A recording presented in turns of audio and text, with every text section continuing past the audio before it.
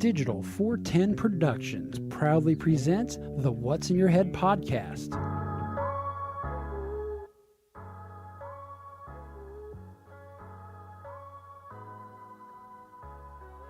Digitized live from the Your company name here. studios in Cape Coral, Florida. It's the What's in Your Head podcast with your hosts Gordon and Don Abernathy. What's up? What's up? What's up? OG5. It's Tuesday. We're live, but barely. It is the first live podcast from the Your Company Name Here studios. And what turned out to be ground 2 for Hurricane Ian. I don't want to say ground claim 0 or 1 because clearly that was Sanibel and Fort Myers Beach. But coming in close to or possibly ground 3 for the hurricane, Cape Coral, Florida.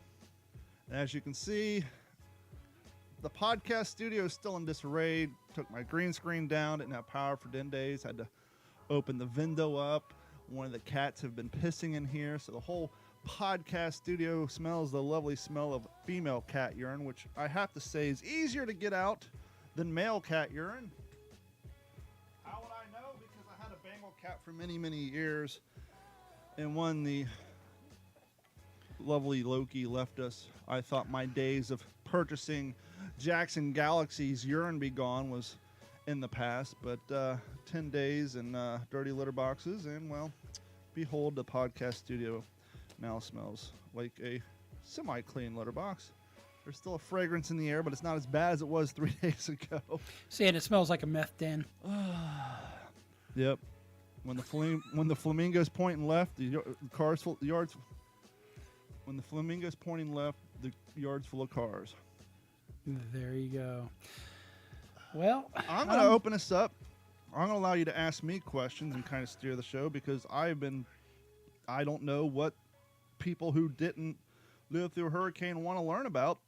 So I'm going to turn the reins over to you. I'm going to let you interview me.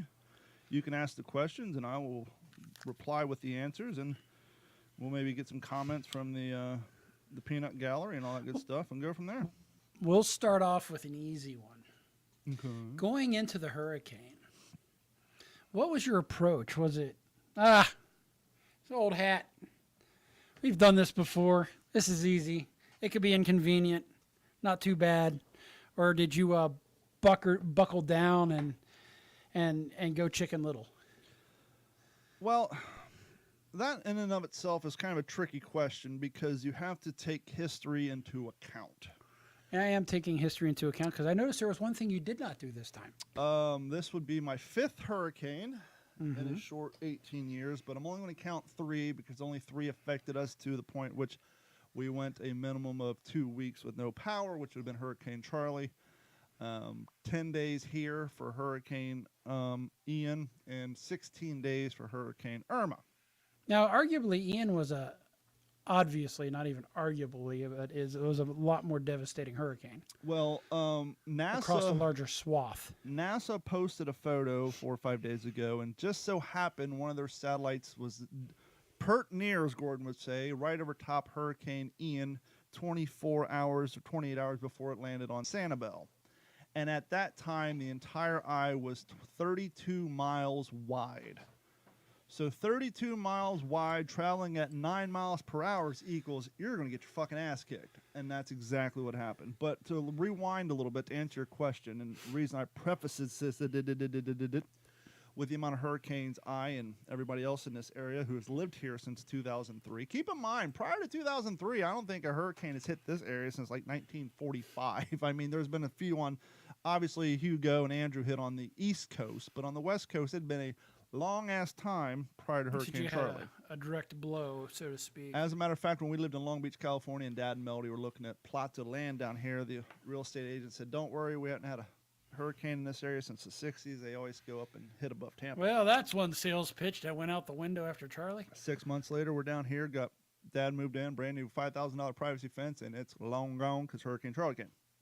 And so, you guys think that the media is crazy during political season. You ain't seen shit until you lived in a hurricane area with the Weather Channel during hurricane season because this is their election night. Wet dream. I mean, it's like everything they're waiting for. And so you had multiple factors. One, you have a lot of Californians, New Yorkers, Illinoisans, and anybody else who lived in a closed state during the pandemic who decided they wanted a little more freedom in their life. They all skirted down here post haste. And so they're going to, you need to get your hurricane update. And so most people, you'll get a local news, but you want that 24-hour update, right? Because, the local news you got to catch between, 5 o'clock at night, 7 o'clock at night, or 6 in the morning, or 11 o'clock at night. If outside those areas, you're not getting a weather update with the occasional interruption during a commercial break. And so people tune into the Weather Channel. Now, what do you need to know about the Weather Channel? All you have to know is they finally got rid of the fucking name because somebody over there wised up. But last hurricane season... Isn't it called TWC now? No, last hurricane season, they had what they called the Weather Underground. Well, the Weather Underground is actually more than that. It was if I remember correctly, 'cause A I know domestic somebody terrorist was group? part of it. It's a domestic lot of terrorist group? local weather stations throughout people's properties and whatnot. Well, and prior all to kinds that, of in the stuff. 60s and 70s, it was a Oh, local yeah, domestic terrorist group. But anywho, so when your people are going to the Weather Channel to get their update, Weather Channel puts real intense stinger music behind that update. Just give me They this still had update. some. I mean, if the Halloween theme song wasn't copywritten, they would play that, but they're playing clearable scary music in the background, a lot of a lot of low bass and a lot of stingers and giving a news update, blah blah blah blah blah. And so as the storm's getting as the weeks roll by, it's going to go up and around and going to go to Tampa and it's going to clear us. And so I really wasn't too concerned. And then as usually happens, about 3 to 4. Actually, it was that Friday, Thursday. No, Wednesday. Yeah, Wednesday before the storm. I started looking at which way the wind was blowing, no pun intended, and I started gearing up a little bit. I went out on lunch and got me a couple of cases of water, a couple of gallons of drinking water. At this point, I think you had called me and said, "Holy crap!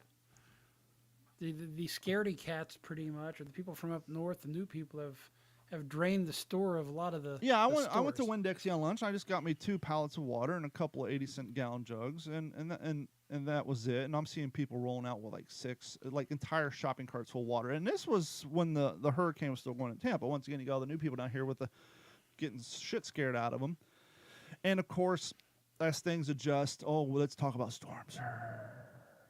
Storm surge is going to kill you. Now, the Weather Channel, they are happy to show off their technology, and they basically have, and they've had this for a few years, they'll stand on their little disc of virtual reality, and then they'll have a green screen run behind them, and they start showing the water coming up, and death and decay, everything's going to kill you.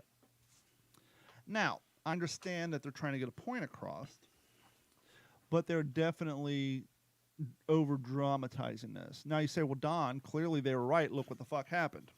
You got, like, roughly 105 people throughout the state dead right now due to storm surge. Yes, At least, yeah. correct. They were right. However, the reason those people died is because for the last 20 years, every time a storm came, it was, you're going to die. Storm surge is going to kill you. And so after 20 years of being evacuating, spending thousands upon thousands of dollars, and the storm surge never produced, people kind of get a little jaded. Yeah, it's kind of like that story we learned in elementary school About crying the boy wolf. who cried wolf. Yes. And so they over-dramatize it so many times. I mean, that's why during the Hurricane, channel who cried death. during Irma, Melody and Dad were here. The Pine Island Fire Department moved all their vehicles over to fucking JetBlue South because it was a storm surge game, and thank God it never produced. There was a few areas like in Estero, St. Carlos Park, just low-lying areas who got flood from the rain. It wasn't storm surge; it was just bad drainage, high water, rain, and some creeks flooded. And I had people during Irma. One from my World War II reenactor friends, he was a renter, didn't have renter's insurance. All his German uniforms got fucked up, and his house flooded.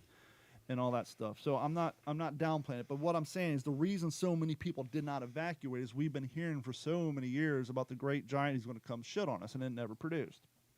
Until.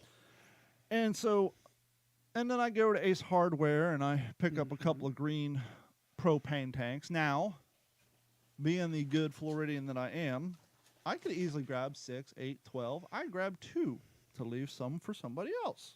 Same way I feel about the water and this and that. And so that was Wednesday. And then Thursday, things started looking a little more sketchy, if you will. Actually, if I remember right, I got my days might be your off. days are a little off. So it actually, I think Tuesday's when you went out because Wednesday, and the reason I know this Yes, is so the because- storm hit Wednesday, right? correct, because So it was I Friday wanted I to bought use the water. Wednesday Yeah, as Friday. my day to relax before I drove back Thursday Yes. from Montana. And my relaxation was sitting here watching my family get pounded via the weather station. So or the Friday Weather I Channel. started buying the water. Monday I went to work. Things started getting a little more sketchy. My boss and his family they're new to Florida. They've been here for a year and a half. They moved down here from California.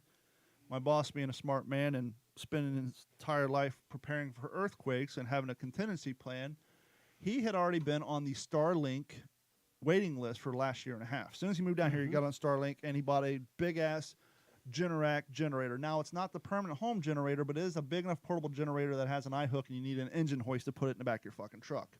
It's a monster. Yeah, he's probably got a cam lock connection. He to was the going house. through, yes, he did. He was going through 30 gallons of gas a day. So anyhow, so Monday Ooh, that's better than some. That's actually not bad. Monday believe it or rolls not. through and we start seeing the way things are going. And so we send out some emails to our clients telling them to unhook their equipment, shut down computers properly before closing up, unplug their switches and UPSs from the wall in case there's any lightning strikes to save their equipment.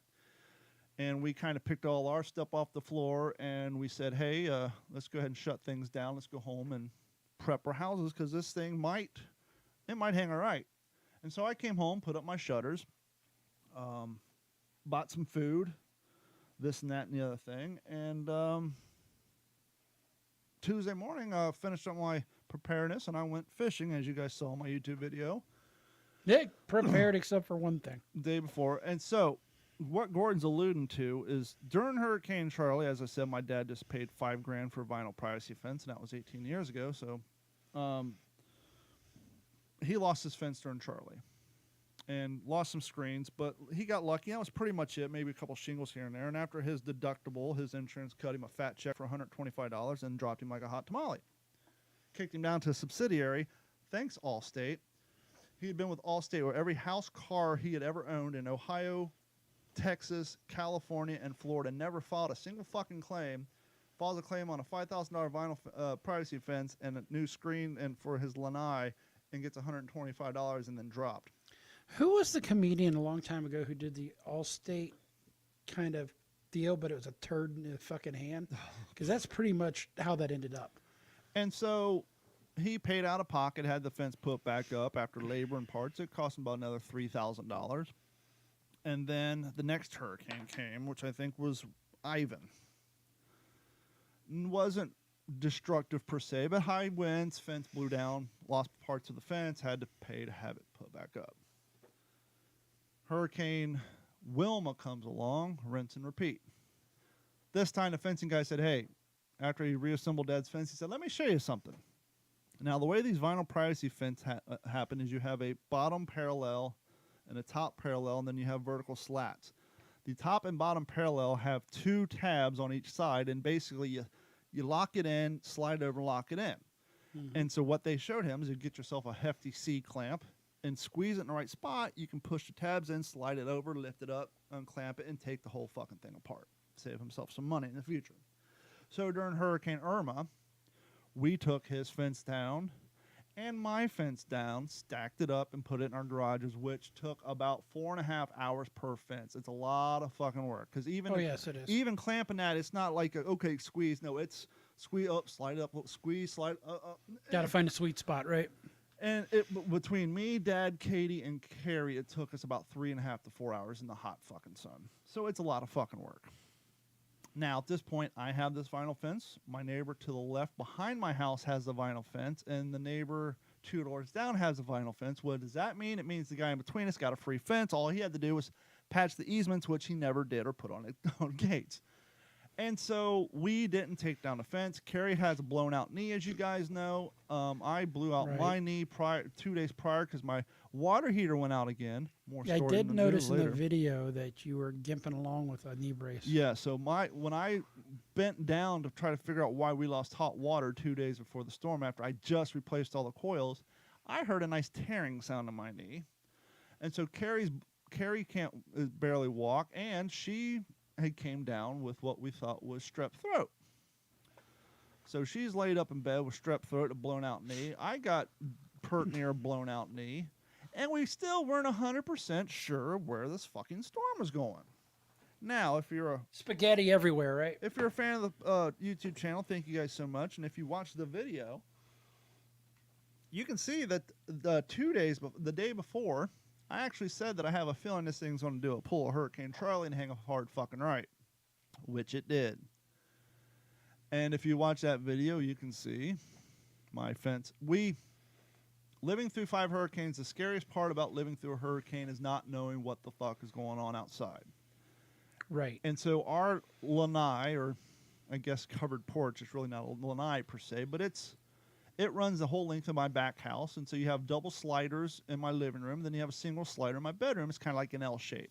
And so our bedroom would be on the short end of the L, the living room's on the long end of the L, and Sariana's window's on the other end. So we put panels up on everything but the short end of the L, i.e. the sliders in our bedroom. And the storm, we're seeing, it's going to turn for us. Shit. Start getting a few things out, getting the candles out, getting the lamps out, getting my mess tins out, situating some stuff. The thing hits around 12:30 Wednesday afternoon. Our power goes out at 1:20, which I wasn't surprised because our power goes out around here if a fat man farts in the wind hard enough, because our infrastructure is just weak. It's just the way it is.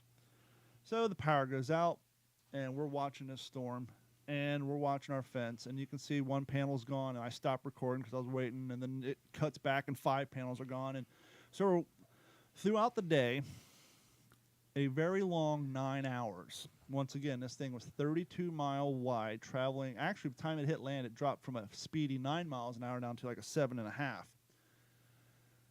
And at no point did the eye ever pass over where I live. So that sounds like you rode the eye all the way around the wall. And you say, well, that's a good thing, right? Well, yes and no. The eye, being 30 miles wide, is basically, it's, if you guys remember the movie Twister, when they're in the eye, things stop. The breeze cools down, the sun comes out, and you think the storm's over. You get a little temporary reprieve. If you're in a boxing match, it's kind of like in between rounds. You can take a little breather and maybe take your dog outside, take a piss. You can go outside and maybe pick up the thing you forgot that's flying across the yard, check on damage, maybe make the last few adjustments. That never happened where I live. From 12:30 until 9:45, it was just constant wha-boom, wha-boom. And to give Sariana credit, at certain points, she's like, that's bad. That's like a tornado. And I kept getting noise. It's not a tornado. It's a fucking hurricane. But there was a point where all of us, and I've never experienced this during a hurricane, our heads felt like they're being squeezed by a vice. Like we're in an airplane at 30,000 feet on the So descent. the barometric pressure So is we're all all over the holding our place. nose, squeezing. And then Carrie's brother texts us during the storm saying he's got water leaking into his ceiling. Now, for anybody who knows anything about homes, when you're already having water drip through your drywall, you got a big fucking problem. Because that means the water is coming through your roof fast enough that Yes. it's already soaked all of your insulation. It has already gotten past your AC unit and is already coming through your roof. And so I did a quick run through my house, checking my ceilings with a flashlight. By this time, it's already dark. And make sure I have no water coming through. And Sariana's like, I think I just heard a tree break. I'm like, what the fuck? Well, nothing we can do about it. Power's out. And then we start hearing kaboom on my side of the house outside my bathroom. Kaboom. Kaboom. Carrie's like, what is that? I'm like, that's the gate.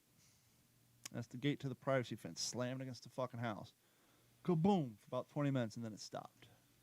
Well, there goes the gate. Fucking Yeah. ripped, disintegrated. And so we're sitting by the slider. I'm starting to see the slider flex a little bit. I'm like, fuck, I should have put the panels up. And you hear me say to Carrie in that video when we're looking at the fence, she's like nose up to the window.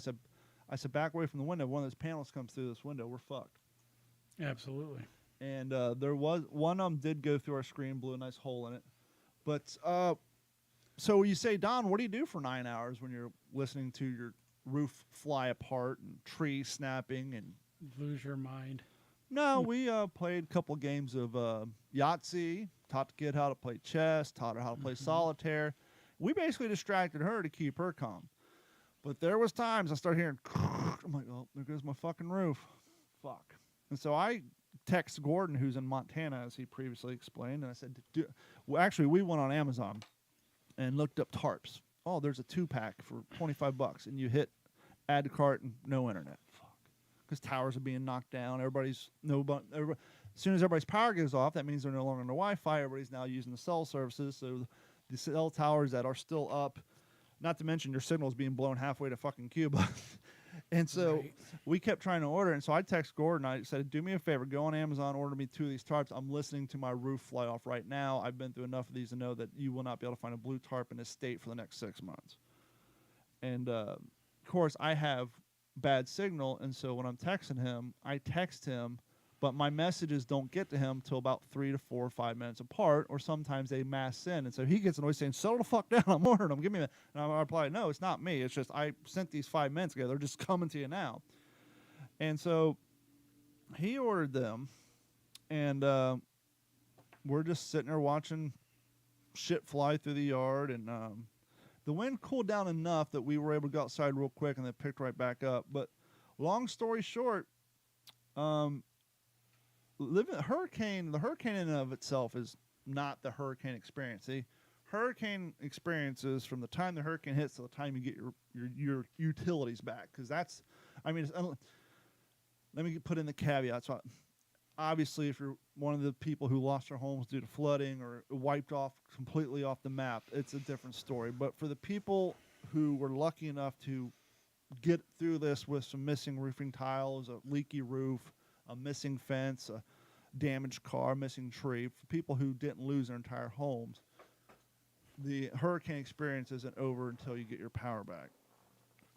Yes. Sunday, Sariana and I went swimming down at Alani Kai. We usually go to Sanibel, but, you know, she said, well, let's go to Fort Myers Beach. We never go to Fort Myers Beach. So we went out behind Alani Kai and went swimming and behind a cottage, and then we wrapped it up, walked down, walked on the pier, and then ate ice cream at the Dairy Queen. And they have their windows open and kind of in the screening area, but the screen's open. There's birds flying in, stealing French fries, and Sariana's laughing. I didn't say this out loud, but I'm sitting there thinking, wow, we're making memories. She'll remember this forever. Little did I know, short Sunday, Monday, 3.5 days later, the fucking place wouldn't exist anymore.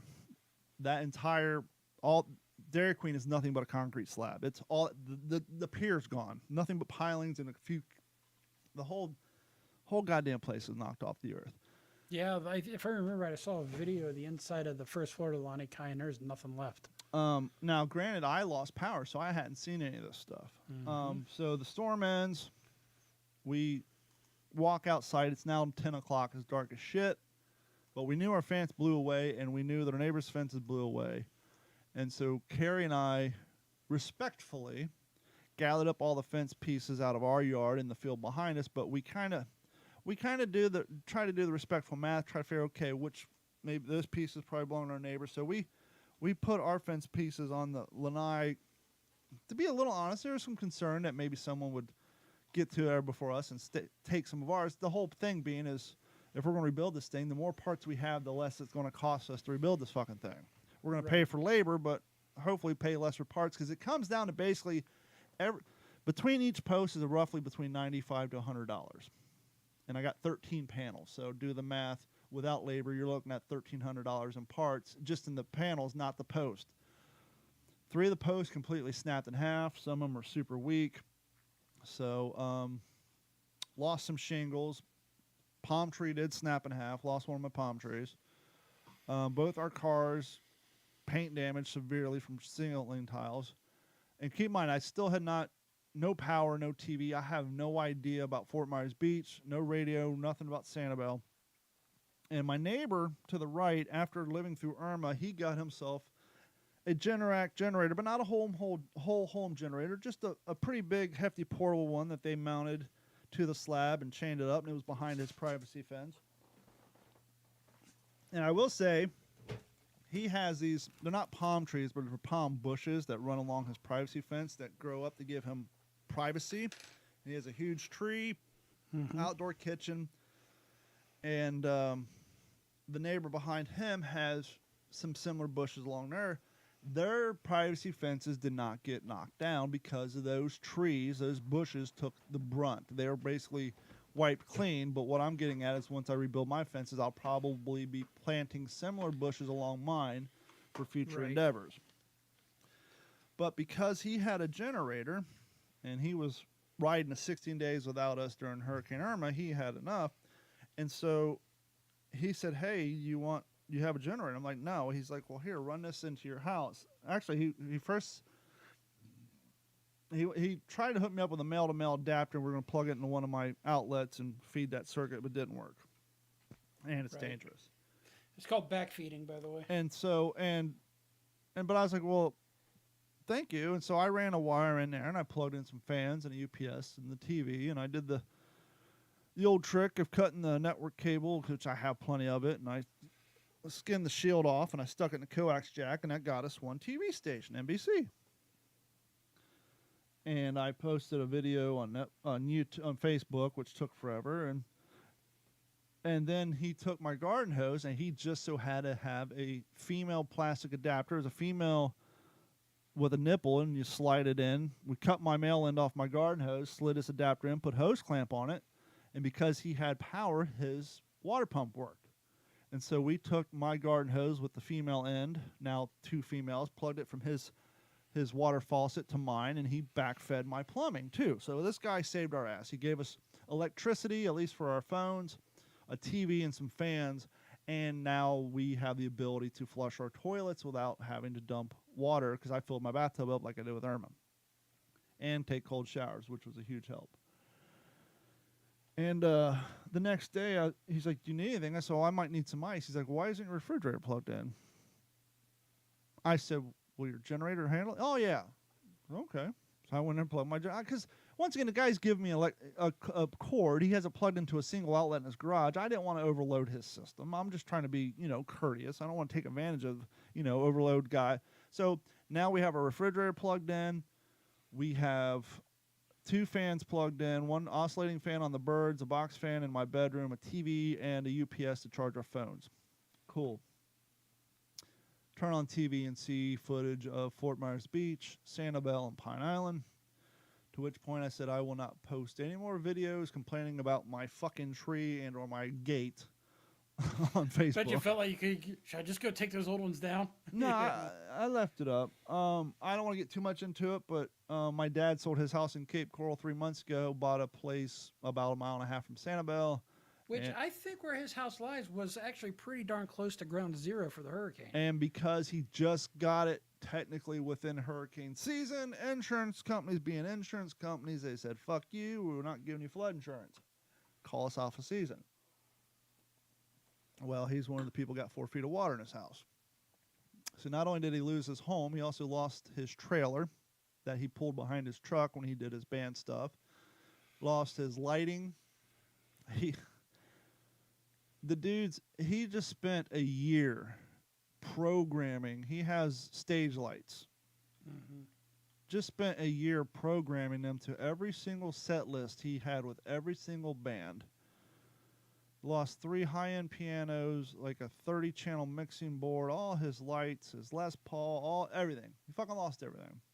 But so trust me when I say I understand the people who lost everything, because I get it, but I don't want air his private stuff out more than I just did. So trust me, we get the fact that people lost everything. Yeah, that one hits a little closer to home. And so back to our shenanigans here. Start cleanup. What do? You just look around and say, fuck. Start picking up fencing tiles, picking up tile shingles. My neighbor to the left, his 5-year-old kid's walking through my yard and stacking up shingles for me. Didn't even, just. I posted a TikTok 2 days ago saying if there was a way to replicate this without people losing everything they have, costing them financially, maybe, I don't know, maybe every city just needs to shut off their infrastructure for 2 weeks at a time. It's a great reset with the exception of fucking looters, but there really wasn't, as bad as shit got down here, I think there's only been like 7 looters arrested. But prior to this, if you guys are into politics, you hear people, I wish we can get back to 9/12. 9/12, the day after 9/11, everybody, politics was set aside. Everybody, that's what it's been like down here for the last 10 days. And I've said this before, you will never talk to your neighbors in Florida unless you have a hurricane. Obviously, my neighbor to the right was taking care of me. My new neighbor across the street, who was renting that house that sold while he's building his house. Now that I have a refrigerator, I'm taking gallon bags of Ziploc bags, filling them with water, putting them in my freezer, making ice blocks. I'm freezing the gallon jugs of water that I bought 4 days before, turned them into ice blocks. Any bottled water we drink, any soda we drink, Gatorade, Powerade, which, by the way, Powerade, not a bad drink. But you guys really need to get down on your promotions. You want to know which products don't sell? Go to Publix during panic buying. When every bottle of water is gone, every bottle of Gatorade is gone, but there's 38 cases of fucking Powerade sitting by, that means your publicity guys aren't doing their job. I mean, literally. Everything. Aren't they owned by Coke? Yes, which is shocking. And like I said, it's good. It's not bad stuff. It don't taste bad. It's just they just don't have the name recognition of Gatorade. So all the Gatorade's gone. All the bottled water's gone. Plenty of Powerade to be had. And you can see other products the same way. So anyhow, I'm freezing products, taking them to my neighbors, helping out the ones. My neighbor I asked the neighbor to the left of me if he needed anything. He said no, because his neighbor to the left of him has a generator, ran power to his house. So everybody with generators are running a cord to their neighbors, doing cleanup stuff. 10 long days without power. Could be worse. Could have been 16. Our infrastructure is so weak that last Sunday night it started thundering and our power went out 7 times. Oh, wow. And people on my Facebook and TikTok said that they got power back after the storm, but after the little thunderstorm on Sunday, they lost their power and had to get their generators back out. Got up to 95 today. I will say, luckily, during those 10 days post-storm, it was 85 degrees every day, got down to 62 at night. So compared to Irma, it was not fucking bad. Irma was a goddamn nightmare because of the heat. It was hot. We had a generator after day 8 that a listener of Stan Haney let me borrow. We had a swamp cooler, brought our house down to a cool 89 degrees. That's how fucking hot it was. So this year, if you're lucky enough not to lose everything, if you're in the camp we lost some tiles, some roof, and you had minimum amount of electricity and some cold showers, it was kind of like camping, really. I mean, I don't want to downplay it, but for those of us who didn't lose everything, cold showers sucked, but for those of you who like to take cold water plunges, you're used to that. Now, I do have the benefit that I am a World War II reenactor, and I spend my weekends in the wintertime camping voluntarily. And I have 2 mess kits. You crack this bad boy in half, and you got 2 plates. So we were eating off the 2 mess kits instead of using up dishes. I have my propane cook stove that I made for my World War II reenacting, so I was cooking on that. I have a big charcoal grill that I didn't use, but I had the little portable one we have from when we used to borrow Dad's camper. I use that to save on charcoal. Mm-hmm. I had I bought a bag of charcoal before the storm came, but I could not find lighter fluid anywhere. Now, I have not grilled out in about 2 years, but I had half a bottle of 2-year-old lighter fluid. Ooh, does it still work? Yes, but we've all been spoiled by the majesty of Matchlight charcoal. And so when you've been using Matchlight charcoal or propane for the last 10, 12 years, you forgot the doldrums and how bad it sucks to get old school charcoal to light and how much lighter fluid it requires. Hey, I need to pause. If you can continue, I got to take these dogs downstairs. I think they got to use the bathroom, and I'm Sure. going to leave them down there. So I will be right back. And so what Sorry I about that. did to My save studio's on upside down, just not as charcoal, much as you guys right now. so what I Oh, did yeah. to save on charcoal is I walked across the street to the trash pile to where all the vegetation was, and I got some branches, some sticks, some stems. I wish he would have muted his microphone before yelling at his dogs, but whatever. And I basically made a kindling pile in the bottom of my grill. And I'm just going to mute his mic. And so I made a little kindling pile in the bottom of my grill, got that thing going with a bare necessity of lighter fluid, got the flames up big enough, and was able to use my charcoal and save the lighter fluid sparingly. Grilled out a lot of hot dogs, sausages. I had my propane stove that allowed us to make pancakes. The neighbor Matt was coming over. We were giving him ice bottles of water, making ice for him. He would come over. And after about day 3, I think, Publix, bless their souls, Publix opened up. And actually, Carrie's mom came over on day 3 just to get out of her house. She heard we had some power, came over here to charge her phones. And we decided, hey, well, let's go for a ride, take a look at the town, see how bad it is. And so we were driving around, and we said, well, let's go by Dad's old place to see how it fared, the place he sold. And interestingly enough, it didn't have a single scratch on it. That place fared fine, but there's a Publix across the street on the corner of Burnt Store and Pine Island Road. And as we're driving down, Sariana says, I see people with grocery bags. Now, I'd seen all the cars in the parking lot, and I just assumed those were the residents of Pine Island and Matt Lachey who maybe thought ahead about the storm surge and located their cars off the island and parked in that Publix to preserve their vehicles and to keep them out of the storm surge. But she was adamant that she saw people walking out with bags. And so we pulled in the Publix, and lo and behold, the Publix was open, and there was a line. And it was a long line. Think of like 1980s Russia shopping for bread.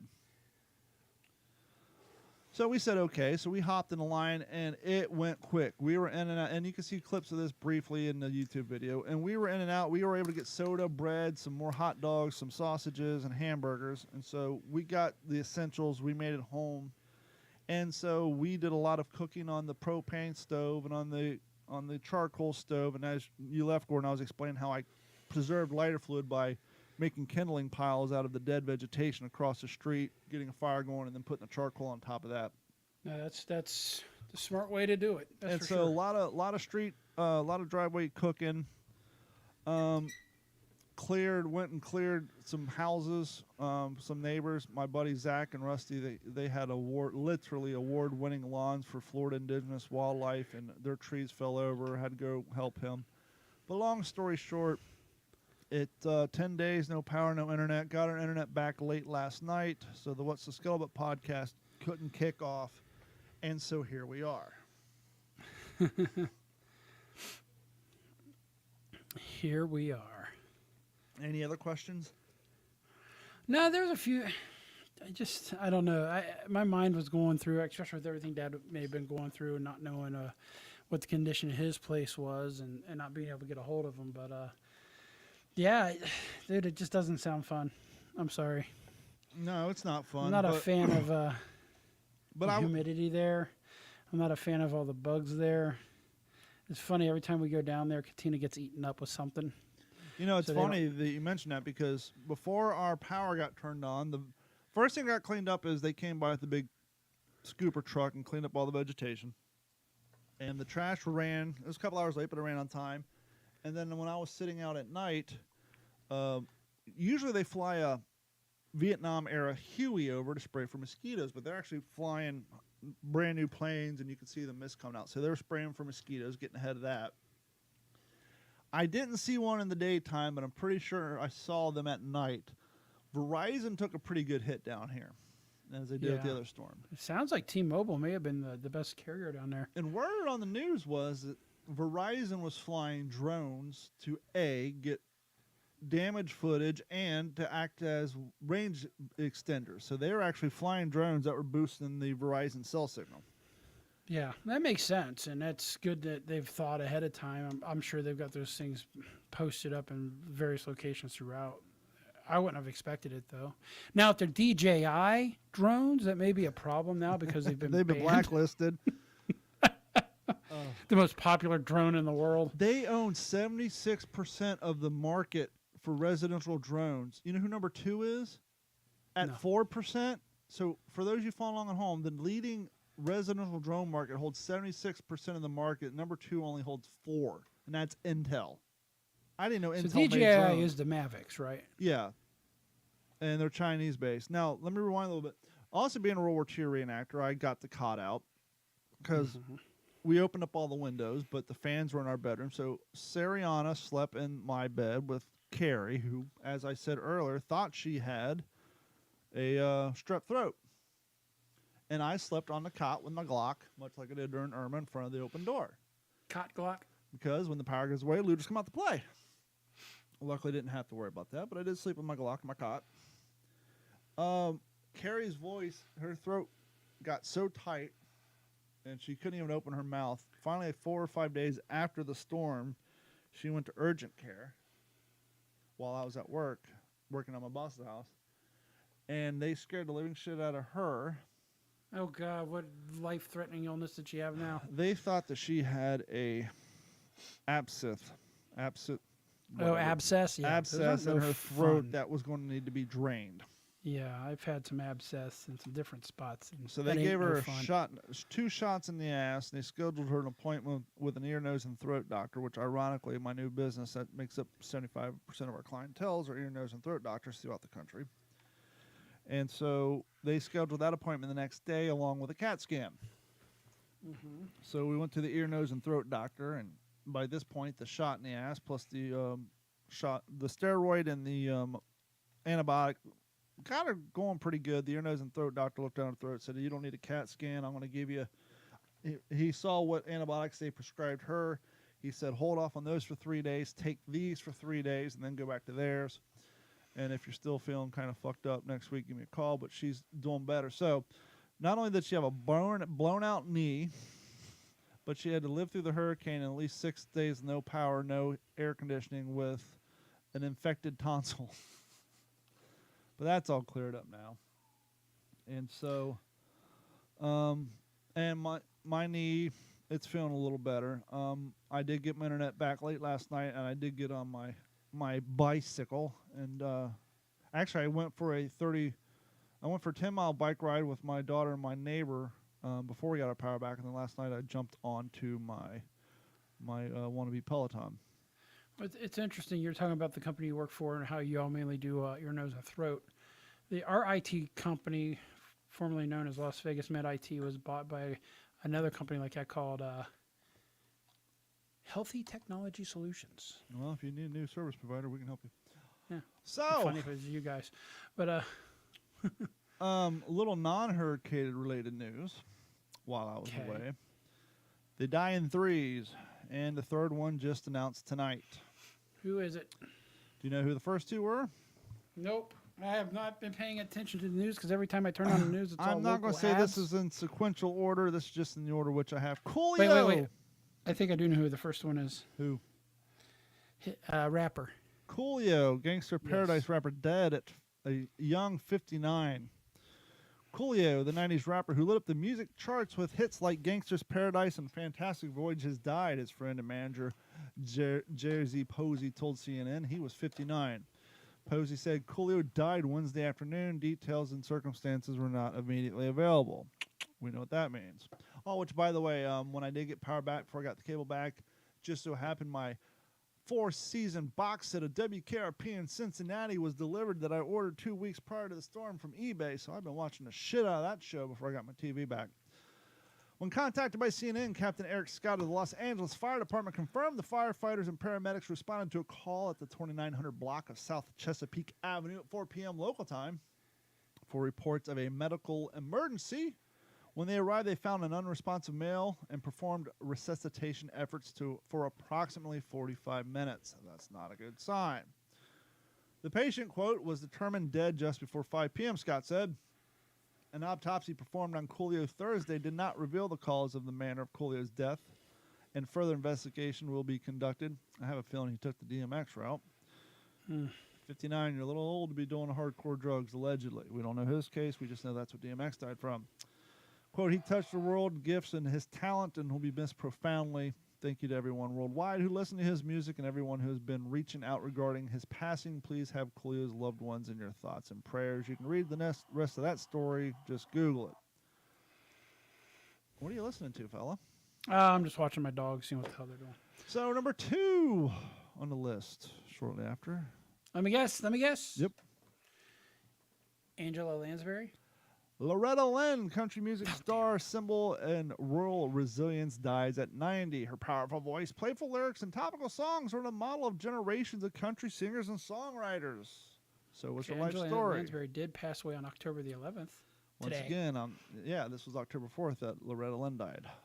Nashville Loretta Lynn, the country singer whose plucky songs were inspired by life stories and made her one of the most beloved American musical performers of her generation, died on Tuesday at her home in Hurricane Mills, Tennessee. She was 90, so there's nothing much else to talk about there. And then as reported tonight before I went on the show, Angela Lansbury died at 96. She died of, being 96. So those are your Yeah, at three. that point, you're just dying of old age. I don't care what they say. Yep. She died of cancer. She was 96. She's already outlived the average lifespan of a female, which is longer than us. I think they suck the energy out of us sometimes. And, yeah. I have often said if my credit score, if I could mortgage a house based on my PayPal ratings, I would be a fucking billionaire. Well, that may mean nothing nowadays because PayPal apologizes for policy notice saying users could be faced with a $2,500 fine for misinformation. What? Yeah, now they're back feeding. Payment You know service. who owns them now, by the way? They own Venmo. Well, they're also part of Venmo. I know their credits through Cetera, or whatever the fuck they're called. It the wasn't. Synchrony. That was originally It was Homeboy's originally first. part of eBay. No, before that It was originally Elon Musk's that was main his company, yes. PayPal service. I'm sorry, payment service. PayPal apologizes. That's a lot of P's. Payment service. PayPal apologizes for publishing a policy. Say that 18 Holy times pop your fast. peas, Patman. Payment service PayPal apologizes for publishing a policy change that would subject users to a $2,500 fine for misinformation because, after all, Big Brother is now Big Tech. Why not just add Peter packed a pack of pickled peppers? or Peter some shit Parker like that? picked a pack of peppered pickles while payment service PayPal apologizes for publishing policy changes that would affect users for a $2,500 fine for misinformation. The company said it had published an acceptable use policy, or AUP for you nerds out there, in error. Bullshit, PayPal, because I'm sure 38 people looked at it, including your fucking lawyers. But anyhow, I digress. And that PayPal is not fining people for misinformation, and the language was never intended to be inserted into our policy. Okay, sure. Wink, This wink, nudge whole- now. Hold on, let me finish the story, then we can beat PayPal over the head. It just irritates me. PayPal, whose stock is PYPL at a 1.69%, was also owned by Venmo Payment Service, did not respond to other questions from MarketWatch. PayPal stock dropped 6% in early trade as has now slumped to 55% this year. Boycott PayPal was trending topic on Twitter over the weekend. The PayPal controversy is one of many which have riled up conservatives who feel they are unfairly targeted by big tech companies. GoFundMe, for instance, seized donations in support of the Canadian truck protest over the COVID policy. Privacy has been cited as major concerns. But long story short, what the agreement policy said was that basically as if PayPal had determined that you have a site that uses their services and your site is publishing misleading or misinformation on your website, tweets, or whatever, that they would just automatically take $2,500 out of your fucking bank account as a So fee. who determines what's misleading misinformation? Because a lot of the stuff that was deemed misleading during COVID has actually come out to be kind of factual. The big tech people who tend to be left-leaning progressive who listen to the talking points coming out of the Democratic and Progressive Party is the short answer. Well, I'm going to plug a Joe Rogan show today. One Tulsi Gabbard was on it. Yeah, she just stepped down from the Democratic Party. Yeah, and I think it may have been the show she announced it on or her own, but she was talking about how. Well, let's just put it this way. I listen to different news sources. I listen to CNN, I do NPR, I do Fox. I don't do them a lot, just when there's some certain things that interest me and I want to find out all the sides before I make my decision. Mm-hmm. And what she did say, I do think is quite accurate. She says on Fox, at least when Democrats are on Fox, they let them speak their mind. They don't clown them. They don't talk them down. They don't shout them down. Tucker Carlson. But when a Republican goes on CNN, it's basically just a firing squad. Then she also said, however, it is hard for Fox to get Democrats because if you go on Fox as a Democrat, you're now ousted from your own party. So does this not sound like it's turning into a religion?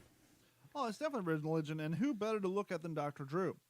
Dr. Oh, yeah. Drew used to have a show Well, on... Tulsi Gabbard's good because she was a Democrat. I know, but back to the media angle, Dr. Drew used to have a show on HLN, which was basically a subsidiary of CNN or MSNBC. It was a extreme left-leaning... It is CNN, Headline News. CNN Headline News. And so once he started talking out of school, he quickly got banished from all things CNN, even though he had a show on their network for fucking years.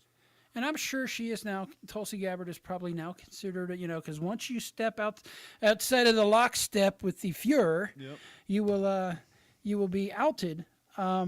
She basically said, yeah, the Democratic Party no longer likes freedom of speech. Well, gee, imagine that. We can only see that a mile away.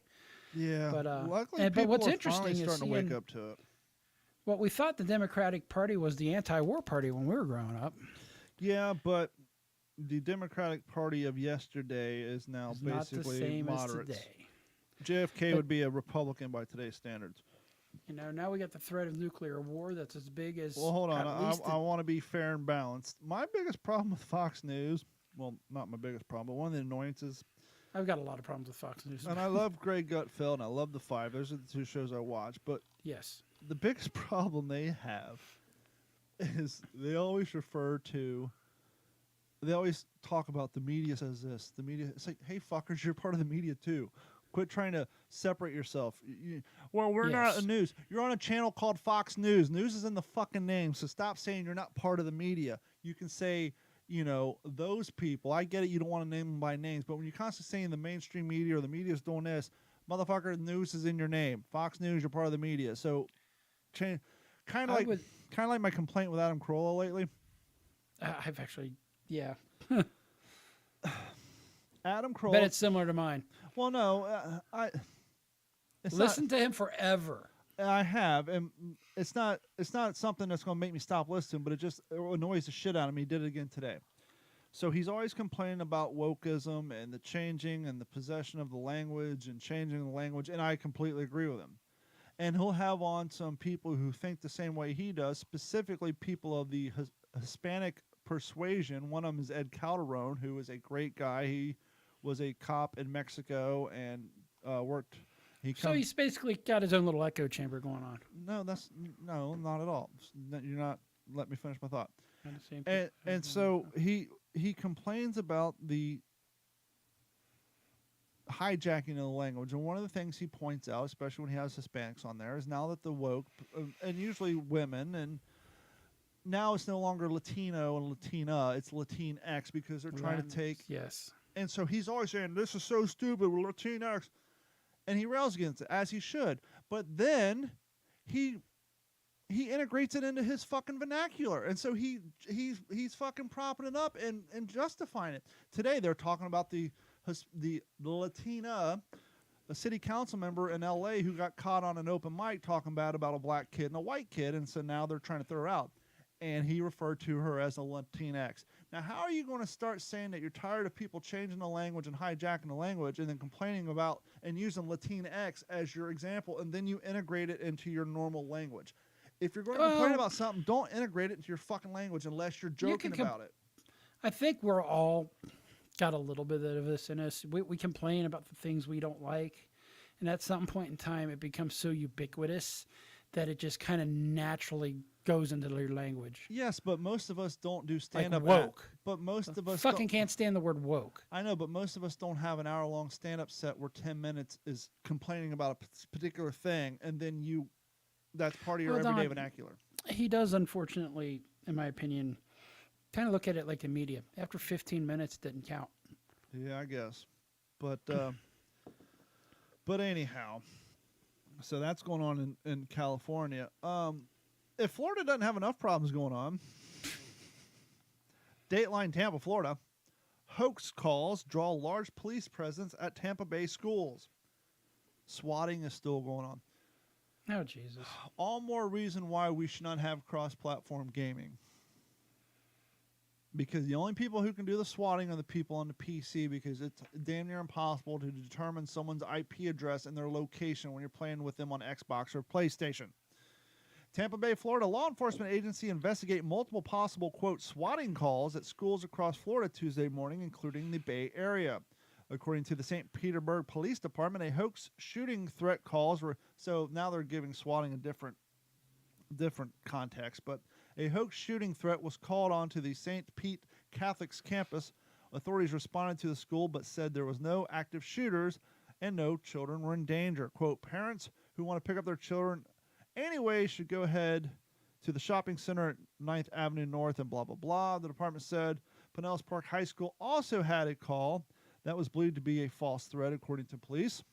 Authorities in Sarasota County were also put on alert after suspicious calls were made. Sarasota police officers responded to Riverview High School to assist Sarasota County Sheriff's deputies and Sarasota school officials in the call. Law enforcement are conducting searches of the area. In other parts of Florida, Miami-Dade County School Board said there was a hoax call threat about the multiple schools. However, there was no active threat. The helicopter feed from the NBC affiliate WTVJ showed students gathering outside one of the schools as officers investigated the threat. Meanwhile, in Broward County, the Pembroke Pines Police Department said the West Broward High School was put on lockdown after a possible swatting call. However, search of the school showed that no threat secured the location. Quote, we are aware of additional swatting calls which have been affected high schools throughout the area and may be connected to the incident at West Broward High, Pembroke Police said on its Twitter. Boca Raton Police said there was also reports of an armed individual at Boca Raton High School. However, after dispatching numerous officers, police found that there was no evidence of a shooter. So someone is having fun with their auto dialer on a computer somewhere, and this is fucking insane. It is, but going back to Pinellas County, just to get the Beavis and Butthead or the inner 12-year-old out of me, how often does it just get called Penis County? Never heard it once. Not to be that guy. Oh, back to the hurricane real quick. We're all We in this get it. together. You've been hit by a hurricane. I'm just teasing. We're all in this together, they said. As I said Yeah. previously, I got one channel, which was in BC, WNBC, and they were floating the hashtag Southwest Florida Strong. Okay, cool. Let's get behind that. Now, you would think the hashtag Southwest Florida Strong was some ubiquitous internet hashtag to show that we're all in this together. But this is the media, and, well, the media is the media, and they need a way to track their influence over the public. Now, you're saying, Don, you sound a little bit cynical. How do you know? Because I work in radio. I know. So tonight I was watching Wink News, and they were showing their coverage and their commercials. And they went to commercial break, and that's the first time I watched Wink News in the last 10 days. I usually watch Wink News over NBC News because, well, it's a better news service. And they went to their commercial. And once again, I just thought we're all in this together, Gordon, because that's what they've been saying. We're all in this together, hashtag Southwest Florida Strong. But no, Wink News is hashtag Gulf Coast Strong. And I said, oh, wait a minute, we're not in this together. Every fucking media outlet's got to have their own hashtag. Oh, absolutely. They to got to show have that they're- their stamp on it, their branding. Now, I complained, and to be consistent, I complained about this after Hurricane Charlie. It drove me fucking nuts. For 3.5 years after Hurricane Charlie, Fox News was real bad about this. They would show footage to promote their weather channel about how we're on your side. We're there for you. And for 3 years, poor bastards in Port Charlotte and throughout would have to see video footage of their homes, their properties, their lives fucking destroyed, being used as a promo on the fucking news. And I get it. You got to sell your product. but they're already doing it. It's all about branding, man. Branding's fine. You want to use footage of your asshole standing in the creek, pretending like he's being blown away, which you've already saw fucking Weather Channel before the storm. There's the guy, his fucking crash helmet and his parka. He's flying away. He's holding on. There's people walking their dog in the background. We see it all the fucking time. If You think they would learn? No, because they're padding their portfolio so that because a lot of these guys are local weathermen who are being reached out to on behalf of the Weather Channel, and they're padding their portfolio to get a Hey, better Mr. market. Weather Douche. I know you've applied to. You sent us a resume to come onto our channel and A bigger market. tell us our expertise. But can you please explain the this little miming that you've done? Oh, that won't end up in their portfolio. They'll cut that out. But what bothers me, and NBC's real bad at this, and they got one right now. Once again, you want to show the footage of your weather woman crying. Cool, that's heartfelt. She works for you. She's getting paid.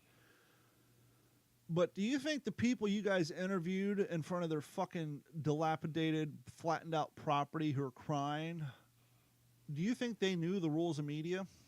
That whatever you say into that camera, the media company can use whatever way they fucking wish. And this poor woman who's crying because she lost everything is You know now she's being part of an shown ad. 38 times a fucking day to promote your news channel. Yeah. I'm sure if you would have said to, hey, Sheila, can you sign this waiver so we can use this picture of you crying in all of our fucking advertising spots to promote our weather station? Possibly, They said that maybe Sheila they would did. have wanted got her beak wet too. Maybe they did, but I doubt it because working in radio, when you call that radio station and you're on the air, you unknowingly signed a waiver. And once you call that radio station, they record you. They can use your phone call for whatever way they want. And I'm assuming the local TV news is the same way.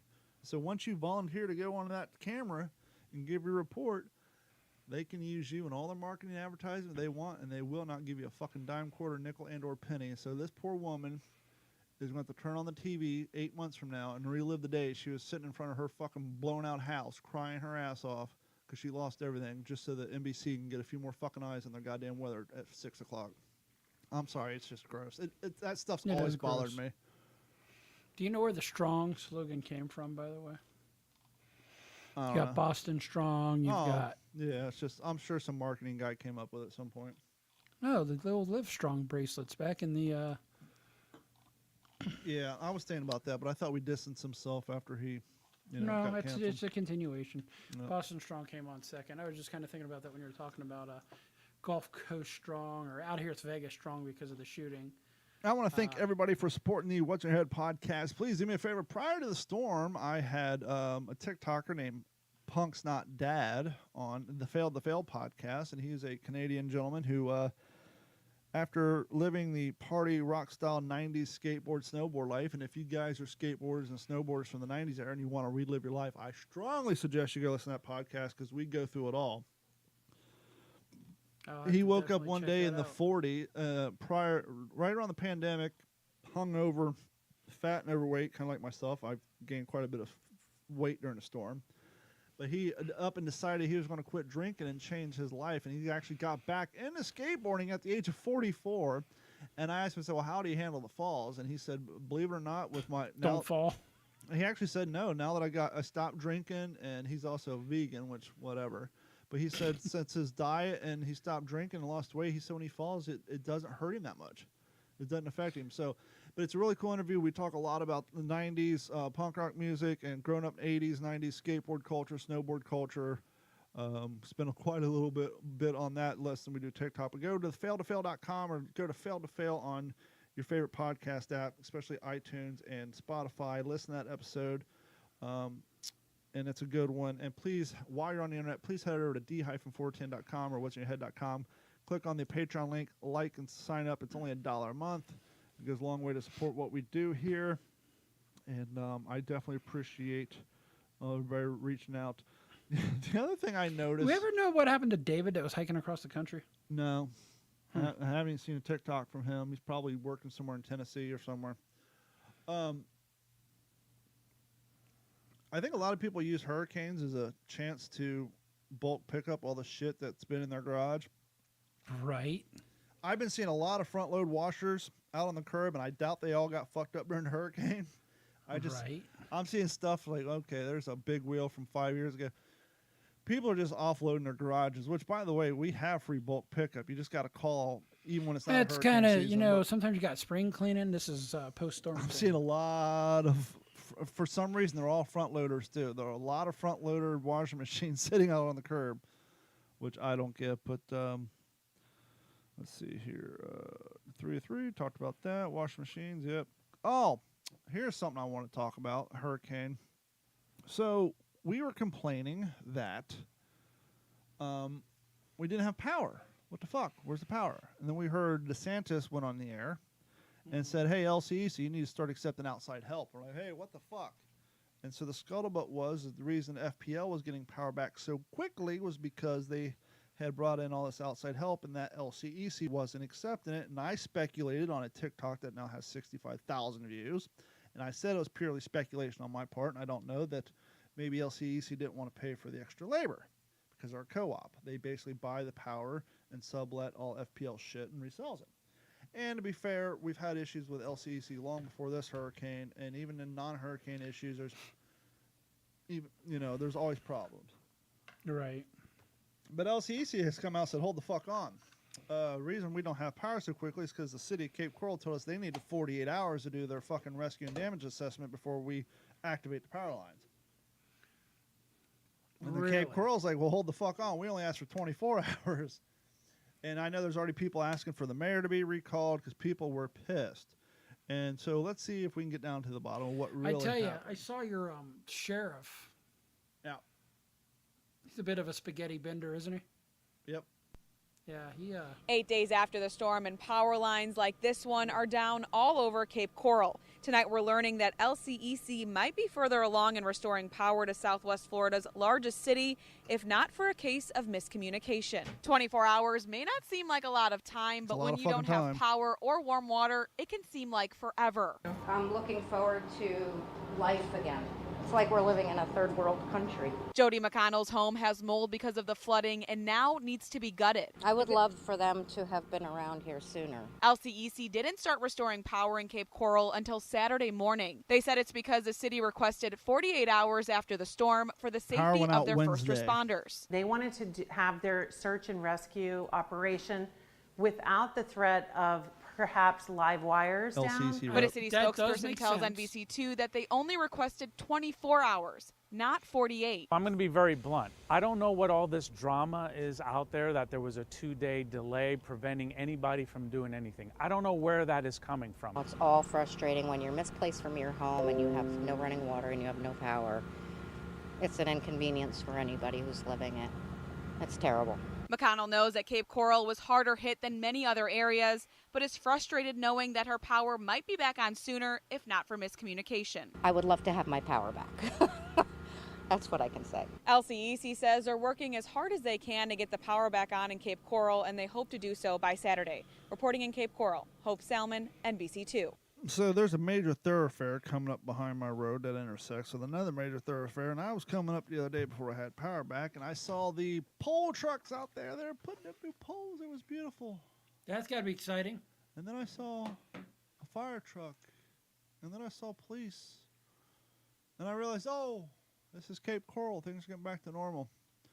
Some poor son of a bitch was driving down the street in his lifted Silverado, minding his own business, when some dipshit came around the corner and some miniature SUV rear-ended his Silverado, pushed him into a brand new power pole that was just planted probably 20 minutes before and broke it in fucking half. And I'm thinking, Jesus Christ, they just got this new power pole up. Somebody rear-ended this fucking Silverado. He broke the pole. Now they got to clean up the cars, clean up the mess, dig up another pole, replant it. It's like, fucking Christ.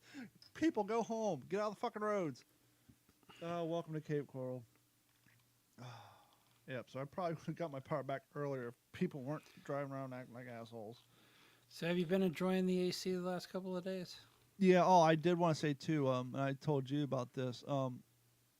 I had cleaned up all the shingle particles throughout my yard and stacked them across the street. And word came down the road that we're looking at rain this weekend on Sunday, the storm that I told you caused us.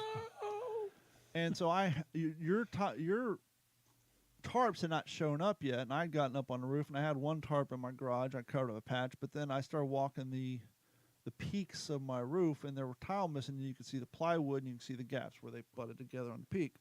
Yep. And so I was like, shit, I got to do something about this. I don't want to water my house. For those of you ever played Fallout 4 or any sort of post-apocalyptic game where you have to, what they call grind and find stuff, that was my life. I was going through the garage, opening drawers. Ooh, found a box of roofing nails with 75 nails. Add that to the inventory. Walked out the street, picking up, okay, this tile, picking up used stacks of roofing shingles, went back up on my roof, and I was patching, not the big areas where you can see the tar paper, but just covering up the areas you can see the ridge. the peak, ridge. the And ridge. I'm like literally living Fallout 4 or fucking Walking Dead, just trying to scavenge anything I can to patch my roof up. It's like, this is fucking crazy. So I spent probably 3 days on my roof, but it's all good to go, I guess. Until it actually gets properly repaired. But Well, see, that's the thing Carrie's getting nervous about, because she's seeing people on Facebook complain, saying that for some reason, and I won't believe this until, which, by the way, the day the generator got turned on next door, my neighbor said, hey, my adjuster's coming tomorrow. Do you want me to send him over? So I had an adjuster come over. I sent him my information. I'm waiting for them to call us back, but it's going to be a long road. But Carrie's seeing people on complaining, saying that they're for some, and I don't believe it until I see it. Some people are saying that their hurricane deductible is a lot more than normal deductible, and that their roof claims don't meet the deductible or some bullshit. So we'll see. you think it could be, if that is true, do you think that could be the result of the issues with with the insurance industry in Florida, with all the bad companies that dumped and everything else? I don't know. I got Lloyd's of London because, as I explained to you guys about 4 months ago, my insurance policy was dumped because they couldn't pay out, and my deductible was like $2,500. But so It's not bad. between my fence and my roof, I could probably be over that. I'm sure, because Easily. Your roof's probably because gonna you be- can't patch shingles. You got to scrape that shit off and do the whole fucking roof, because they have to start at the bottom and work their way, or top and top work their way down. Oh, yeah, it's got to. A skilled guy might be able to patch, but you still have to scrape off over half the roof. You're not just going to do a 20-foot section. So, Right. Well, they may be able to do a little bit. I've seen it patched before, but I don't know. Yeah, but at Florida's a little different $90 an monster because of hour the weather. for, you got 6 or 7 guys up there. It's They're easily going to be. It's easily, and my fence too is easily going to exceed $2,500. So, but How we'll would your see. cars be if you had terracotta roof tiles? Oh, fucking destroyed. That's $500 a piece for deductible on those. They both need complete repaint. I was going to ask you. Hey, this is going to help you fix some. Well, I was some going to things. ask you. I'm not going to do it because it costs more money. But I was like, even though my door jambs would still be the old color, I wonder if I should go to that Toyota Racing Gray from 3 years ago. Oh, you're talking about? It's called cement, Yeah. by the way. But Yes. no, I think I'll stick with my metallic, so I don't have to redo my door jamb. Yeah, I mean, at that point, you just. You know what's funny, and we've talked about this before. It's not even funny. It's true. Is out here, a lot of people still get their cars wrapped. Now you think, well, what about the heat and the dry, and you'll never be The able to paint get it off. damage. But evidently, you can if it is put on properly. Yeah, you've but you got got a to heat- take it off like 3 years though. Yeah, but I guess it definitely helps the finish on your vehicles out here because everything gets sandblasted and sun scorched. Have you watched any of that Dahmer show on Netflix? You know, I seen that it was done by Ryan Murphy, and the guy who's in American Horror Story is playing Dahmer. Yep, does a fantastic. And the dad. Hold on. But I've stopped myself from seeing it because I've heard the stories, I've read the stories. I really don't know if I want to watch a visualization of it. I wasn't sure how I felt about watching it, just because we were around when that shit happened. I was in middle school, and there was a lot I didn't know. But we started watching it, and yes, Dahmer's played by the cat who played all the great He's been in roles every American season Horror of American Story. Horror Story. The dad, Evan Peters. The dad, believe it or not, if you're a young old cat like me, you'd remember him first from the dad on Bill and Ted's Excellent Adventure. But he also played the dad on. Fuck, I just went blank because he has so much makeup on, you wouldn't recognize him. Shit, I just drew blank. Anyhow, he's a well-known actor. It's a damn good show. He looks just like Dahmer. He sounds like Dahmer. I've heard people say that some of the stuff was embellished a little bit, which that's Hollywood for you. But they really do a good job of talking about all the victim's family, the next door neighbor who had to smell the shit. I wasn't, because I was in middle school, I wasn't up to speed on him. He actually tried to create zombies by drilling holes in their heads and pouring acid in their brain. I wasn't aware that his father felt he was partially responsible, because ever since Jeffrey Dahmer was like 7, his dad would take him out and pick up roadkill, and they'd take him home and dissect him. And so at a very young age, he was dissecting roadkill. The actor you're thinking of, is that Richard Jenkins? Yeah, the guy who plays his dad. He plays in a lot of stuff. Plays Lionel Yeah. Dahmer. I never knew his dad wrote a book.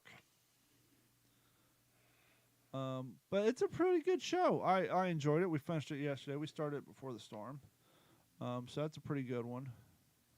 So, and we got started on season 3 of 60 Days In when they're in Atlanta. Mm-hmm. Only got to 2 episodes of that, but all in all, are you ready 60 for Days. Yeah. Yeah, I've watched 60 Days In. It's actually Yeah. addicting. And then there's one of the girls who was the one, her husband was That was also season there. She's 2. now I'm in on season Vegas. 3 now. Huh? Oh, I thought you were talking about season 2. No, it's I think it was one where I thought they were in Indiana, and it was the chick who had the husband who was also there at a different time. Season 1, Who her was a husband. former Marine. Yeah, that was season 1, and season 1 and season 2 were filmed 10 days apart. Yeah, before- Ashley is her name. Yeah, And, I'm on she's season local here. I'm on season 3 that takes place in Atlanta jail. And the people Yes. signed up like, this ain't what we saw, because they thought they're going to go some podunk town, and now they're in fucking Atlanta. Like, this yeah, ain't and Clarksville. it's rough. I've only seen like Would 3 you do episodes. that? No. Because I know we've talked about it before, and I don't think you've seen it yet. No, I I wouldn't do that wouldn't, shit because I would be the type to be the one who afraid, and I'm sure it's happened. I haven't seen the episode yet, but I'm afraid I'd be the guy who catches charge where my 60 days would quickly turn into 5 months. Right. Now, you would say, well, why would a husband and a wife do that? And they don't talk about it on the show, but as somebody who's participated in filming, I know what SAG minimums are. And if you notice, all those people, with the exception of Muhammad Ali's daughter, who's not exactly wealthy, they all kind of have something in common. Now, there's no talk of money because there's no prize money, but SAG minimum is $12 an hour. And technically, you're on set 24 hours a day. So you do 60 days in, you're going to come out roughly making about $65,000 before taxes. Just like when you go on Naked and Afraid, and you're on Naked and Afraid for 21 days, you think that's $12 an hour at 24 hours a day, you're going to come out of there, with about 30 grand. And there may actually be hazard on top of it. Yeah. And so that husband and wife who were in there 10 days apart, they probably cleared $120,000, $130,000. But you think they were members of SAG? No, but I If wasn't. it's a reality show? I wasn't a member of SAG either, but I got minimum $12 an hour. Right, but you were a background actor, or they're a reality docu-series, so I Yes. don't know how that works. It's still all the same because, for example, if you watch Naked and Afraid, like that came out this season, even though they're in they're in like the Amazon, the poor bastard from the third world town who's driving his boat has a fucking COVID mask on because of Hollywood protocols. These people are out in fucking the jungle. Everybody there has shots, and yet the director, the producer, the medics, and the guy driving the boat all have fucking COVID masks on because they have to follow Hollywood protocols. So, and even if it's not SAG, they still have to get paid the state of Indiana's minimum wage because you're still technically working for the production company. Now, 60 Days In, 100% Netflix. No, it's still A&E, isn't it? It was A&E, and so I'm Yeah. sure they, $12 maybe they made $10 an hour. That's still $10 an hour at 24 hours a day. You're still clearing. Here you go. You ready? Yep. One user of 60 Day In resident, blah, blah, blah. I'll keep reading. A&E 1 hour shows typically about $375,000 per episode. Yeah, because they got to pay the people who are involved. At most, they're getting paid about $3,000 an episode. Yep. So yeah, same with that Alone show. So yep. about $54,000 for the show. Yep. So okay. So You're it's close. $12.50. It's about $9 an hour, 24 hours a day. So you're thinking, you're roughly making what, $1,200 a day, give or take, Yeah, not bad. before taxes. But you know how long it takes a while to clean the smell of jail off after. Yeah, but like, long. let's say you're doing Naked and Afraid or something, right? And you say, well, how can they afford to take 21 days off of work? Well, they're getting paid. They just set their fucking shit to auto pay, and they come home in 20 days, and they made more money in 20 days than most of them make in 8 months. And then most of them probably end up quitting what they're doing anyway to go on speaking engagements and everything else. Yep. But anyhow, you ready for the news? Yeah, it's going to just be a couple of quick ones. And we still don't have a sounder to this. We're live from Las Vegas, Nevada. Gordon Abernathy. Gordon, how are you doing today? I am doing all right. But this lady out of Fort Myers. Hold on. Programming note, I meant to get this early. We were supposed to have the fine people who took over Beaver Lick Trading Post on tonight, but due to the hurricane. So we were going to reschedule. They were thrilled that we talked about them on the last episode that all three of us were together. So probably, hopefully next Tuesday or the following Tuesday, we're going to have the fine people who've taken over the Beaver Lick Trading Post. Is that technically Union, or no? It's Big Bone, Kentucky. Actually, I think It's like on the outskirts. Yeah, I think it's technically Union, Kentucky. It's Beaver Lick, Kentucky. Yeah. So there you go. Yes, it is a real town, a real name, a real village. Anyway. Back to the news. Back to the news. All You know right, what the difference between a village and a hamlet is? Right. No, technically. You know what the difference between a village and a hamlet, at least over in Europe, is? So that would be Joe Bourne. What is the difference? 3 houses? Hamlet does not have a church. Oh, okay. Village does. Fort Myers, Florida. Yes. Why? Well, because it's kind of in the news still. And a lot of people's shit got turned upside down. This is there my you new go. favorite wine. It's all I've been drinking the last 3 weeks.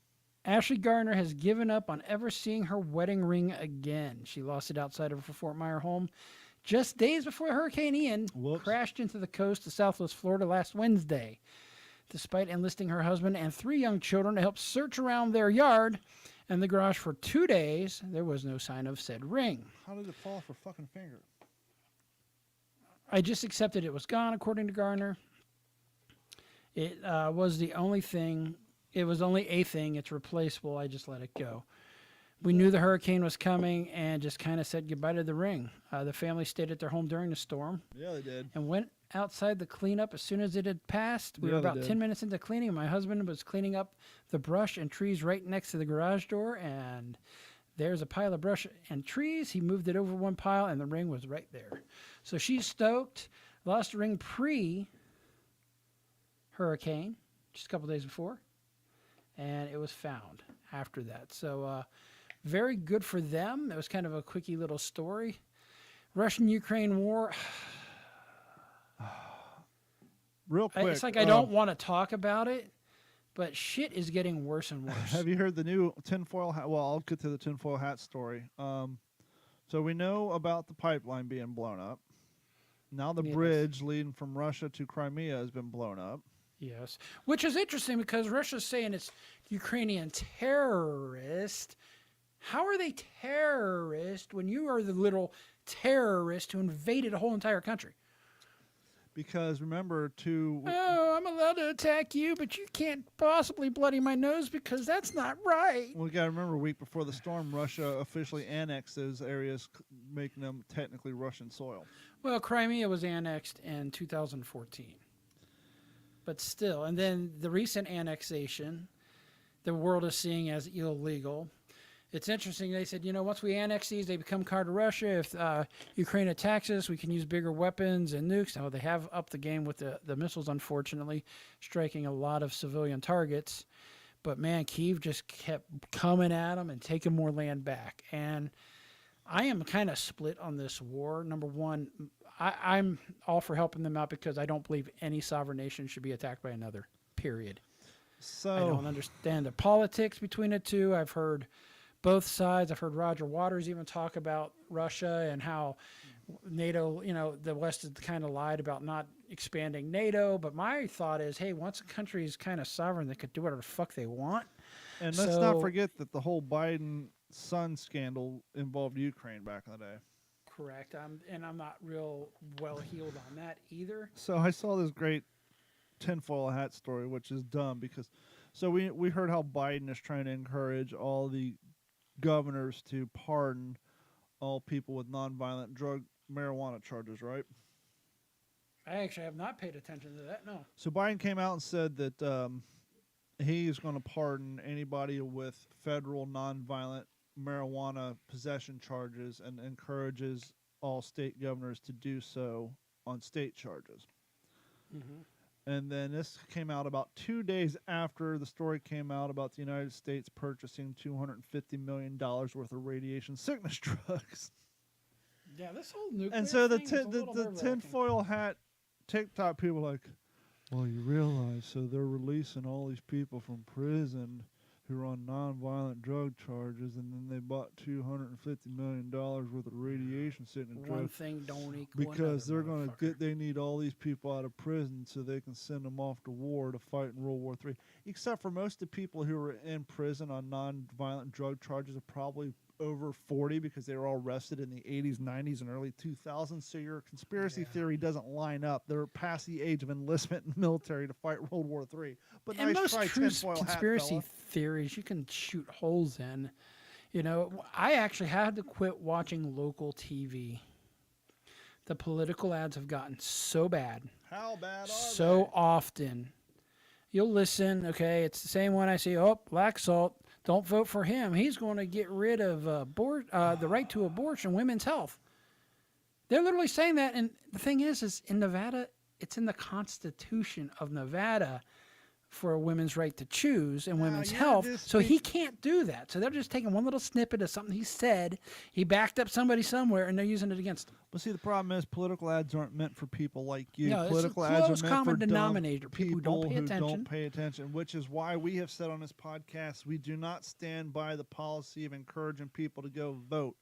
If someone has to tell you to remember to go vote 2 weeks before the election because you live under a rock and didn't see the last campaign ads for the last year and a fucking half, you don't need to vote because you're too dumb to know what the fuck's going on. Well, there is one issue I am voting yes on, and I've not seen a vote no against it. Are you still there? Yep.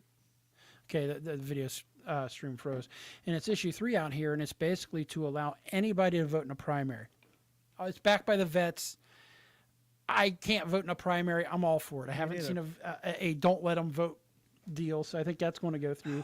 But my stance problem right with now is whoever is the majority, especially if they got both houses in Congress, Need I'm to going to go. vote against. My only problem with that, and I'm a registered, non-registered, meaning I'm an independent, so I don't get to vote in primaries either, is I don't like this bullshit game where Republicans will go register as Democrats to go vote for the worst possible candidate in Democrat primary, and the Democrats will register as Republicans long enough to vote for the worst possible Right. Republican, and then switch parties. I think And that's that's bullshit. why That's this dirty whole bull. voting, because it doesn't matter what party you're in, you would be able to vote for whatever.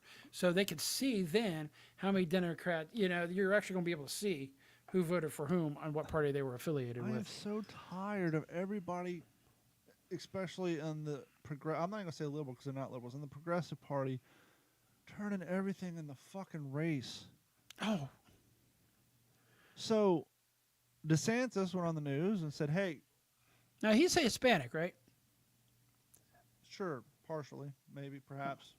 I'm sure a family member is. His last name definitely sounds it. He was in the Navy, so he definitely, that helped. But He seems spicy. He went Like, on the news and said, hey, I don't suggest you loot because you don't know what's lurking behind the doors. We are a pro-2A state. And that's all he said. That was his quote. And some black newscaster on MSNBC or CNN went on and said that he was racist, basically saying that comment was right out of, apparently there was some racist sheriff in Miami in the late 60s who said that when the looting starts, the shooting starts. And so she's saying to him, Who's to say it's not a person of color? you. They're defending themselves. not to mention, who's to say it's not a bunch of crackers doing the looting? Hey, it's an open carry state. Do you know how many minority people actually see open carrying out Which, here? by the way, if him saying if you loot, you get shot, that you automatically assume the looters are black, you're the fucking racist. Absolutely, and that's and the then, problem. And then when Kamala Harris went on the fucking news Oh, Jesus Christ. and Yeah, uses the that'll new never get hooked in. catchphrase for race, equity, because that's the new catchphrase, said that they need to restore power to the poor, forgotten communities based on equity before anybody else. It's like, Jesus Christ. And then there was DeSantis was going to do he was doing a news thing, and some left-leaning reporter started down the pipeline. He said, stop. Yeah, I saw that. He said, we're not doing this. I understand you attacking me because it's political season, but that nonsense is attacking all the people on this stage that have nothing to do with politics. Knock it off. Don't politicize every little fucking move. They are. And that's why I didn't want Biden down here. I'm like, don't send Biden down here. Well, I have to admit, the faces DeSantis was making behind I was Biden. like, don't send Biden down here because it's just more shit the media is going to use to try to politicize shit down here. And I was saying, well, the reason we didn't get power back so quickly, and we dealt this during Irma too, is 16 days, is like, well, the higher end communities got to get their power back quickly because they pay more taxes, and then the poor neighborhoods that I don't really think it works that way. Well, I was just joking, saying the poor neighborhoods have to get it back second because Harris, and so all the middle class people are left last because the two special interest groups got to get taken care of first. Yeah. So, yeah, obviously, the world's falling apart on that end. I think that construction's going to get much worse. Our lead times were already really bad, and now that you're pretty much rebuilding towns down in cities down in Florida, or they will be here in the next year or two, I think that's going to push things. Not feeling real positive about shit right now. This is a public service announcement for all those people who work in the tech industry. I understand that you got to generate random passwords, and most of you all use a random password generator website. And some of these passwords are very adult oriented. Do you know what edging is, Gordon? Who doesn't? That's our age. So we were looking at a password. Especially if you and the old lady are being spicy and you need to last a little longer. We were looking at a password that was generated by a tech company, a quote unquote random password. And people still follow the old password schedule, which is not what it's. You got to use special characters, capital letters. Nowadays they say no, just take 3 random words and squish them together and maybe add a number to the end. This particular password was edging, lick, rotten, poncho. Now tell me those 4 words probably are on Urban Why did I get a Dictionary. smell? Yes. And even my boss was like, that's a peculiar password. It's got the word edging in it, lick, rotten, and poncho. Somebody went to an adult-based password generator, clearly, but this is a company who's generating passwords for random people. You think maybe edging, lick, rotten, poncho should not be a password? Just a thought. Well, it was actually going to be a USSY word, but they decided to change it to poncho at the last minute. Poncho sounds worse. I'm sure we can go on like. Why am I Urban thinking Dictionary. Dirty Sanchez? As soon as Exactly. I'm sure. For fun, let's just go to Urban Dictionary and type in rotten poncho. I'm sure I'm sure somebody came up with a definition. Urban Dictionary.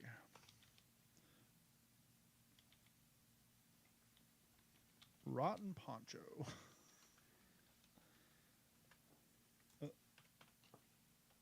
Sorry, we cannot find rotten poncho. Oh, that's because there's a backspace in there. Hold on. Rotten poncho. Well, poncho itself is. Hold on. There's a bunch of etymologies. Cool ass Hispanic friend. Always looking out for you. Ponchoing is the art of charming your way out of a situation after fucking up. Such as I called my mother a bitch before I knew it. I was ponchoing my way out of trouble. Yeah, so Poncho, Mexican rebel, revolutionary, fearless leader, strong, not to mess with, lover of women, loved by women, patriotic, family man, feared. one of my favorite taco joints in town is Taco Poncho. And they have pictures of Pancho Villa all over that place. Anyhow, back to the news. That's it, man. I don't have much. I knew we're running long This today concludes anyway. the evening news, and now back to the ACT Computer Studio in Cape Coral, I'm lame. Florida. That's going to wrap it up for this episode of the What's in Your Head podcast. Once again, thank you guys so much for your continued support. If you want to support the channel, head over to what'sinyourhead.com, click on sign up for the Patreon link, or maybe go buy a t-shirt. A nice Suck It Up Buttercup t-shirt, or times we live in, get yourself the Second Amendment shirt and support that bad boy proudly. Use the promo code ILISTEN, all capital letters, all one word. I'll save you like $5. But thank you guys for the continued support. It's getting late. I'm getting tired, and I got a headache. So thank you guys so much, and we will talk to you all next week. And please go check out the Fail to Fail podcast at failtofail.com or your location of your favorite podcast. And we will talk to you all next week. This has been a Digital 410 production.